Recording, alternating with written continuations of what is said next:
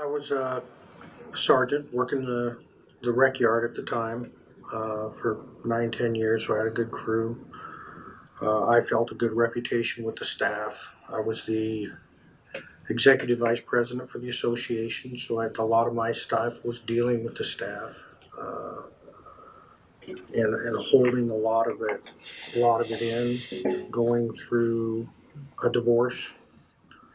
When you're going through the emotional drain of that concept of having your reputation at work, having everything in your life taken away, everything you've worked for, everything you've done, the emotional, and this is the big key, is the emotional outburst, the upwelling in your chest and your mind of those emotions. I didn't know how to handle, because emotions are a sign of weakness. Why am I going through this? I'm a macho guy. I don't know how to deal with it.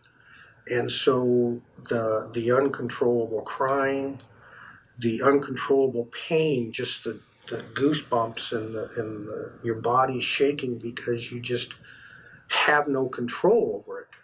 Because it's your mind, it's your body, it's the chemicals. Not knowing how to deal with it. The only way I knew to release or get rid of the pain and to get it all to stop was to stop it all. I didn't have the tools to understand how to seek out and get help, because I didn't think that I thought that it would ruin my reputation, that I wouldn't have anything else to live for. Growing up with him working at the penitentiary, he never really talked about work. So there was not much knowledge as far as the family members knew. He'd talk a little bit about it, and then he got into the union, and that took up a little bit more of his time. So he was always outgoing and whatnot, but he wouldn't talk about work at all. Wouldn't mention nothing about it. Then about my junior year, my mom and dad decided to have a divorce. There was a lot of issues and reasons why. And you can see him shut down.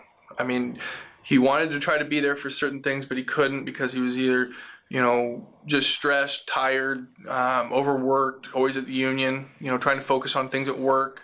You can see how he was focusing on his job a lot. Then it started getting worse between my mom and him, and there was times when he would just get in the car and go drive, and you can kind of see that he was taking himself out of the situation. The problem is when he would come back, he was right back where he started. I mean, it wasn't no release. You can see that it was still there. When I got home one evening during the summertime, 17 years old, coming home.